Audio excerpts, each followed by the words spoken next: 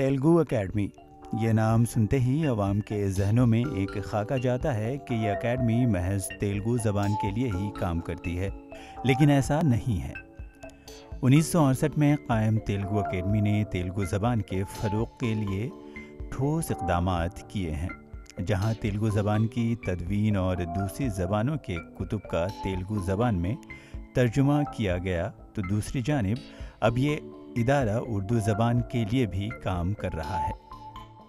گرچہ یہ کام اس کے ذمے نہیں ہے، لیکن اس اکیڈمی کے تحت انٹرمیڈیٹ سے لے کر ڈگری تک کے تمام نصابی کتب کا اردو میں ترجمہ کیا گیا ہے۔ اردو داں طبقے کا کہنا ہے کہ اس صورتحال میں اردو اکیڈمی کا مقصد باقی نہیں رہتا اور اسے مزید فعال کردار ادا کرنا چاہیے۔ ایک زمانے سے یہ بات سننے میں آ رہی ہے کہ اردو اکیڈمی کی کتابیں چھاپنا چاہیے تھا، وہ تیلگو والے چھاپ رہے ہیں۔ کوئی عجیب بات ہے، تیلگو والے اردو جاننے سے رہے، پھر ایسی صورت میں وہ لوگ تیلگو مقالے میں ملا کر اگر چھاپ دیں گے تو اردو کی طرف کہاں ہوئی، اردو کی صفائی کا اردو کی ٹرانسپیرنسی کا کہاں سے ہوئی؟ اردو کے لیے تو اردو اکیڈمی ہی کرنا چاہیے، کیونکہ اردو اکیڈمی میں اردو حضرات موجود ہیں۔ اردو داں طبقے کا مطالبہ ہے کہ اردو اکیڈمی کو ریاست کی دوسری سرکاری زبان اردو کے تحفظ کے لیے عملی اقدامات کرنا چاہیے اور زبان و تہذیب کے فروغ کے لیے اسے مزید فعال ہونا چاہیے۔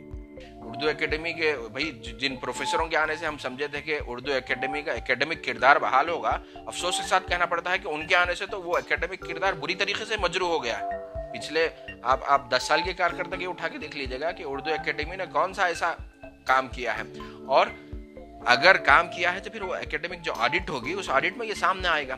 اردو اکیڈمی کس کے لیے؟ اردو اکیڈمی ریٹائرڈ لوگوں کی بازآباد کاری کا جو سا مرکز بن گئی ہے۔ تو میرے حساب سے یہ تنقید کی بات نہیں ہے، ٹھنڈے دماغ سے سوچنا ہے۔ ہمارا ہر اردو والے کا فرض کیا ہونا چاہیے؟ سرکار کے خزانے سے اردو کے نام پر نکلنے والے ہر روپیے کے صحیح استعمال کو یقینی بنانا ہے۔ ETV بھارت کے لیے حیدرآباد سے رحمان خان کی رپورٹ۔